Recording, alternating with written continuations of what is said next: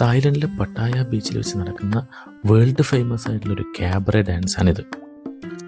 ഈ ഒരു ഷോയ്ക്ക് വേണ്ടി മാത്രം സെറ്റ് ചെയ്ത വലിയൊരു തിയേറ്ററിൽ നടക്കുന്ന അൽക്കസാർ ഷോ എന്നറിയപ്പെടുന്ന ഈ ഒരു ഷോ നടത്തുന്നത് ലേഡീസ് അല്ല, ലേഡി ബോയ്സ് എന്നറിയപ്പെടുന്ന ട്രാൻസ്ജെൻഡേഴ്സ് ആണ്.